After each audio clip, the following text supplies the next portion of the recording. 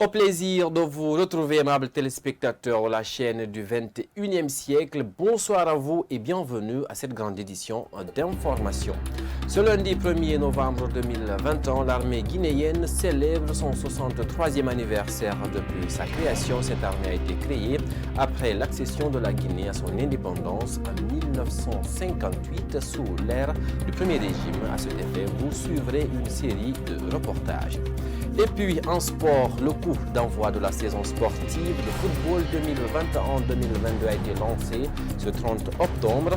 Pour la première journée, c'est le club industriel de Kamsar qui a pris le dessus sur l'association sportive de Kaloum au stade du 28 septembre. À tous, bonsoir et bienvenue. Pour commencer, l'armée guinéenne a célébré ce lundi 1er novembre son 63e anniversaire depuis son existence. En 1958, à Conakry, au camp Alpha Yaya Diallo, des corps habillés ont célébré cette fête à travers des démonstrations techniques et physiques. Présent sur les lieux, le ministre délégué à la présidence chargé de la défense nationale, Aboubakar Sidiki Kamara, dit Idi Amin, a déploré le fait que l'armée guinéenne est accusée et souvent d'être à la merci du pouvoir. Alpha Omar Diallo pour plus de détails. 1er novembre 1958, 1er novembre 2021, l'armée guinéenne célèbre ses 63 ans d'existence. Alors que la Guinée est dans une période de transition depuis le renversement du pouvoir d'Alpha Condé le 5 septembre dernier, une occasion mise à profit par le bataillon autonome des troupes aéroportées d'organiser plusieurs activités, notamment des démonstrations physiques et techniques en marge de ce 63e anniversaire.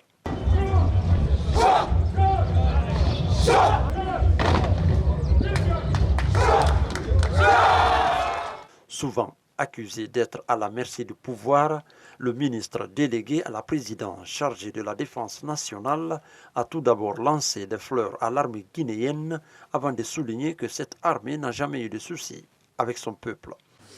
Votre unité, bataille autonome des troupes aéroportées, depuis longtemps a payé le plus fort des répressions qui se sont passées. Au fait, l'armée guinéenne n'a aucun problème avec son peuple. C'est le peuple et l'armée qui ont subi les répressions. C'est plutôt les politiques et le peuple et l'armée. L'armée a payé autant que les civils. Depuis plusieurs années, nombreux sont ces Guinéens qui retiennent de mauvais souvenirs de l'armée guinéenne. Idi Amin les appelle à la responsabilité et à la retenue. Cette fois-ci, Dieu nous a donné la chance. Nous sommes sous l'autorité du chef de l'État, l'armée à la tête du pays. Je vous demande de servir d'exemple à la population. Je vous souhaite, au nom du chef de l'État, beaucoup de courage pour que la transition se passe dans de très bonnes conditions. La cérémonie a pris fin par des démonstrations physiques et mouvements d'ensemble dans l'enceinte de la cour de Bata en présence des hauts officiers et membres des nouvelles autorités guinéennes.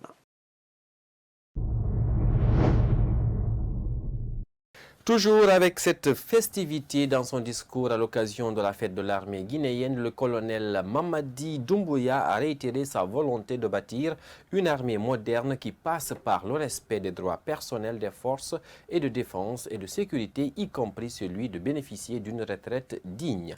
Le président du CNRD annonce la mise à la retraite de près de 1000 militaires cette année. Suivez cet extrait. Bâtir une armée moderne passe nécessairement par le respect des droits des personnels des forces de défense et de sécurité, y compris celui de bénéficier d'une retraite digne, qui ne doit en aucun cas être considérée comme une punition. C'est un droit que chacun doit pouvoir jouir pleinement pour se reposer. Ainsi, après avoir servi loyalement la Guinée, près de 1000 militaires vont jouir de leur droit à la retraite méritée à partir de ce 1er novembre 2021. Tous bénéficieront de toute mon attention et de tout mon accompagnement. Ils quittent l'armée avec tous les honneurs. Nous ne les oublierons pas, car la relève qu'ils ont formée avec brio des années durant leur sera reconnaissante à jamais. Vous avez donc compris, ce lundi 1er novembre 2021, l'armée guinéenne a célébré son 63e anniversaire depuis sa création, une armée qui a été créée suite à l'accession de la Guinée à son indépendance en 1958 avec le premier régime dont à la tête Ahmed Sékou Touré, le révolutionnaire, il faut le dire. Suivez ce commentaire de Kediatou Bari qui nous retrace l'histoire de ces hommes forts. Suivez.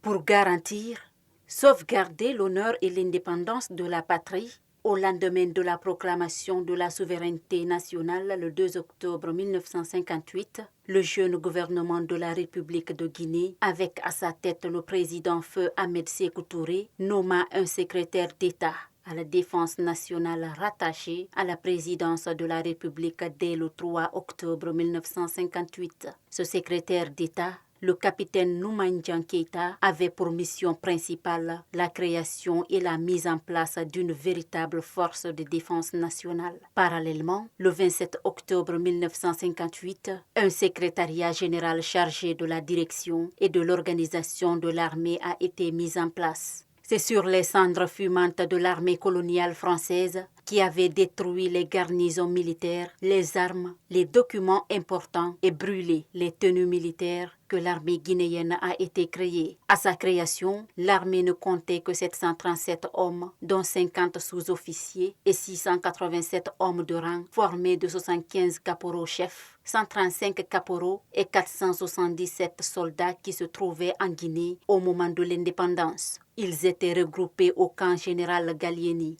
actuel Kankeme Bourema de Kindia. C'est là que le capitaine Noumandian Keïta a eu à constituer les premières unités le 1er novembre 1958 et placé sous le commandement des adjudants Toya Kondé, Aboubakar Tunkara et Amadou Oulare sur une prévision de 18 000 soldats. Suite à un accord avec le gouvernement français, plusieurs autres soldats sont revenus au pays pour servir sous le drapeau de la Guinée indépendante, tout en acceptant de perdre tout ce qu'ils avaient comme avantage ou privilège au sein de l'armée coloniale française. Sous le régime Sékou Touré, au pouvoir jusqu'en 1984, l'armée était perçue comme menaçante pour le pouvoir politique et des milices populaires avaient ainsi été créées pour empêcher qu'elle puisse faire un coup d'État. En 1984, après la mort de Sékou Touré, l'armée guinéenne au cours de son histoire a eu à prendre le pouvoir le 3 avril 1984 par le Comité militaire de redressement national, CMRN,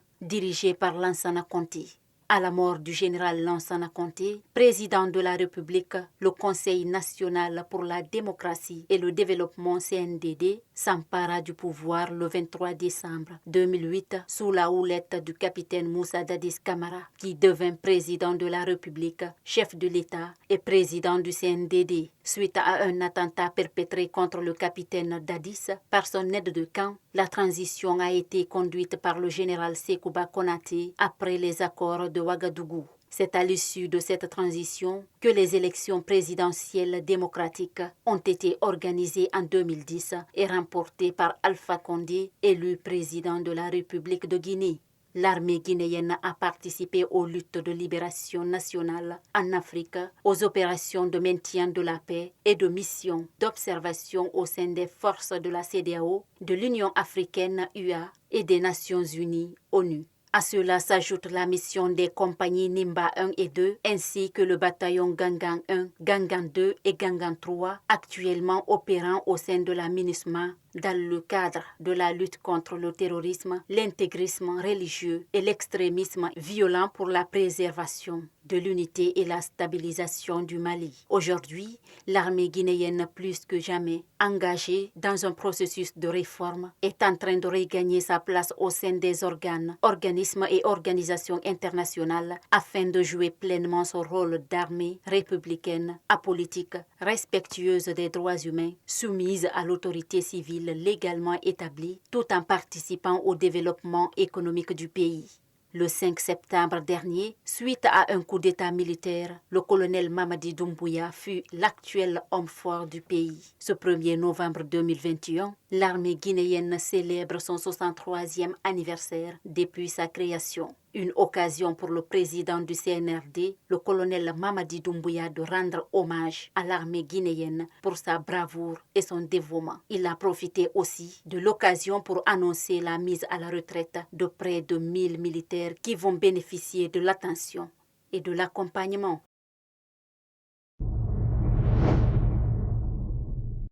Sur un autre plan, il faut le dire, comme annoncé par les autorités éducatives, l'ouverture des classes dans l'enseignement supérieur du pays a été effective ce lundi. Certains responsables des établissements universitaires ont laissé entendre que les dispositions sont prises pour la réussite de l'année académique 2021-2022. On fait le point avec Yayo Moubari et Yaya Bari. Suivez. Après la rentrée scolaire de l'enseignement préuniversitaire, c'est au tour de l'enseignement supérieur et de l'innovation d'ouvrir ses portes et fenêtres aux étudiants du pays.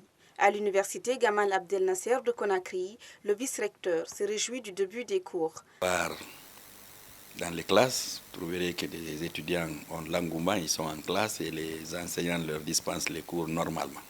Les étudiants, nous nous efforçons à ce qu'ils apprennent parce que nous avons une bibliothèque qui est là. Nous avons actuellement, n'est-ce pas, à travers des bibliothèques virtuelles, à travers leur téléphone même, ils peuvent se former. Il y a beaucoup de cours qui se donnent à travers Google, qu'ils peuvent comparer aux cours qui se donnent ici.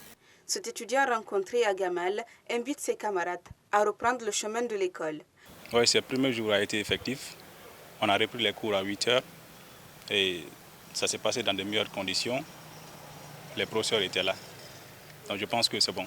Bon, ceux qui pensent que les cours n'ont pas repris aujourd'hui, il faut leur dire que les cours ont effectivement repris.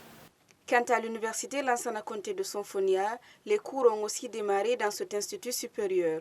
Le chargé de communication de la dite université a annoncé de nouvelles dispositions prises pour la bonne marche de l'année. On a aussi envisagé des dispositions sanitaires, parce que c'est vrai que Covid-19, la tendance est à la baisse, mais elle n'est pas encore partie, la maladie. Vous avez compris qu'il y a un certain mode vestimentaire, une certaine technique qui n'entre plus à l'université de Symphonia.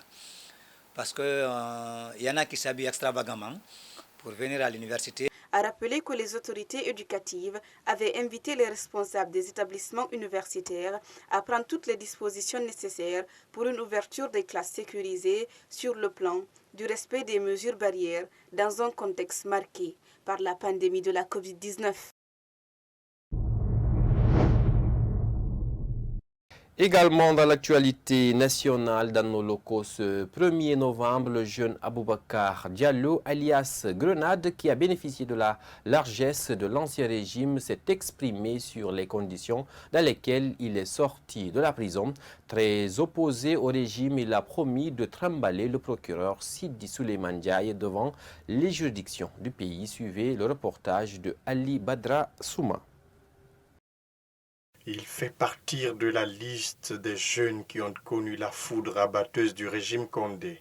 Ce jeune qui avait été accusé de tentative d'assassinat et de port illégal d'armes à effet surface avant la chute de l'homme qui était considéré comme un demi-dieu de la Guinée.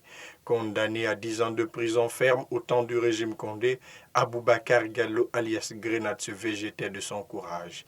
Juste après le retour de sa veste, il nous revient sur ces années de calvaire connues au temps du régime déchu le 5 septembre dernier. J'ai vécu des moments extrêmement difficiles, de torture, de sacrifice et de douleur. Mais aujourd'hui, cette douleur m'a rendu plus fort et plus intelligent, mon expérience plus sage. Essoufflé de détermination, Boubacar Gallo, qui était vu par l'ancien régime comme un danger public qui ne mérite pas d'être dans la société, n'est pas prêt à courber l'échine. Par contre, il promet de trimballer le procureur Sidou Souleymane Gaye devant les juridictions du pays pour torture morale et physique. Sidou Souleymane Gaye, je peux dire oui, les forces de l'ordre m'ont arrêté. Et mon dossier était poursuivi par l'ancien chef de l'État, le professeur Alpha Condé et son équipe. Mais c'était un magistrat qui a choisi d'être un magistrat pour sacrifier la vie d'un pauvre innocent. Parce que pourquoi j'ai dit ça aujourd'hui? L'actuel procureur général de la Cour d'appel, Mamadi Diawara, lorsqu'il était le doyen des juges d'instruction à la TPI de Dixing, il a été mon juge d'instruction. Il a été le premier magistrat qui a osé dire la vérité dans mon dossier en disant que c'est un dossier non lié. Il faut rappeler que c'est bien le même Grenade qui, de son temps, qui a marqué le public et attristé ses proches collaborateurs, juste après sa condamnation, avait décidé d'être sur sa garde. Le désormais revenant s'approche de son ancien parti politique qui est l'UFDG tout en demandant pardon à ses pairs qu'il avait accusés de l'avoir sacrifié. On s'intéresse à présent à cette autre actualité. Un accident de la circulation s'est produit ce lundi matin à la cantine dans la commune de Ratoma. Bilan, un blessé grave et des dégâts matériels importants ont été enregistrés. Yaya Bari et Ibrahima Diallo pour plus d'explications. Un camion Ben immatriculé RC 5853M rempli de clingers en partance vers la cimenterie a heurté ce poteau lampadaire qui est tombé sur cette voiture Mazda immatriculée RC 9947 AV ce lundi matin à la cantine dans la commune de Ratoma, causant ainsi un blessé et des dégâts matériels importants. L'excès de la vitesse serait à l'origine de l'accident. Le directeur adjoint de la police routière revient sur le bilan de cet accident. Le bilan, il y a un blessé léger et des dégâts matériels très importants. Et seulement le conducteur de la Mazda noire que vous voyez devant nous là est plus ou moins blessé et qu'il serait parti à l'hôpital. L'incident a provoqué un énorme embouteillage sur les deux sens de la voie.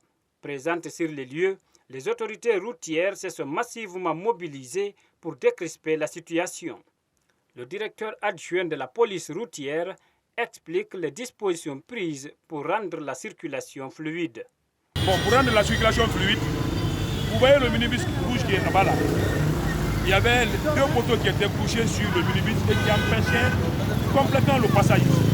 C'est moi qui suis venu, j'ai négocié avec les grutiers. La grue là a enlevé les deux lampadaires sur le minibus. C'est pourquoi comme ça là, vous avez vu la circulation est rapide maintenant là. Sinon avant ça ne passait pas comme ça, c'est un seul véhicule qui pouvait passer.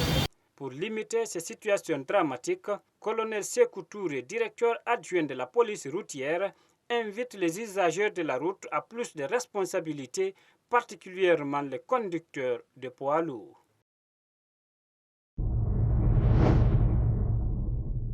Sport pour terminer, je vous le disais au sommaire, le coup d'envoi de la nouvelle saison sportive de football 2021-2022 a été lancé ce 30 octobre. À cette occasion de la première journée, c'est le club industriel de Kamsar qui a reçu l'association sportive de Kaloum au stade du 28 septembre. Score final 1-0 pour le club de Bagataï. Ibrahim Diallo. Longtemps attendu, le championnat Ligue 1 guinéen a enfin été lancé ce samedi 30 octobre 2021 au stade du 28 septembre, en présence de membres de la Fédération guinéenne de football et de la Ligue guinéenne de football professionnel. C'est le président de la FEGIFOOT qui a lancé les hostilités de cette nouvelle saison. Pour cette première journée, le club industriel de Kamsar s'est imposé sur le score d'1-0 devant l'association sportive de Kaloum. Une bonne opération pour le club de Bagataï. Le champion en titre a défié le FC Séquence sur une petite marque. Le Hafia s'est incliné sur 1-0 devant le Félustard de l'Abbé. Une mauvaise entame pour le Tricampéo. L'éléphant de Koléa a partagé les points avec la SAG de Sigiri au stade Mbaloumadi Diakité de Kankan. Le Louba FC de Télémélé s'est imposé sur le score de 2-1 contre le Satellite FC au stade Fodé-Fissa de Kindia. Promis à Ligue 1, le Milo de Kankan a reçu son baptême de feu en battant le Sort Académie sur 1-0. Cette première journée a été moins prolifique avec 9 buts marqués.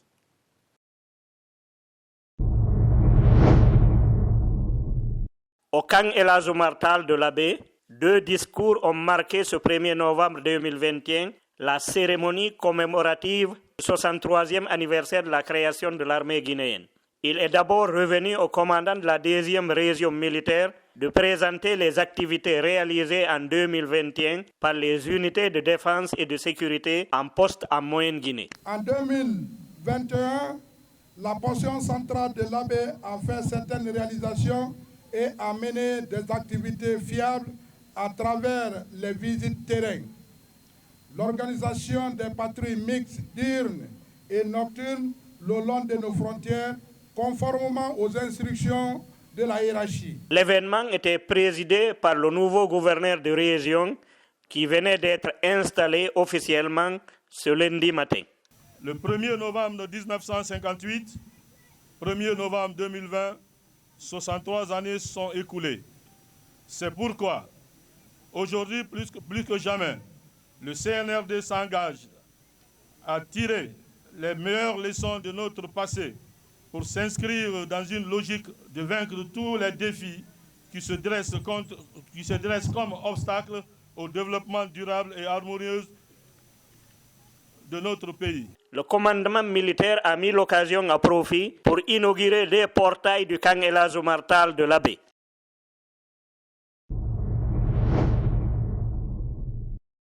Mesdames et messieurs, ainsi prend fin cette édition d'information que j'ai eu le plaisir de vous présenter à tous. Merci de l'avoir suivi. Passez une excellente suite de programmes en compagnie des programmes de Star 21 TV. Au revoir.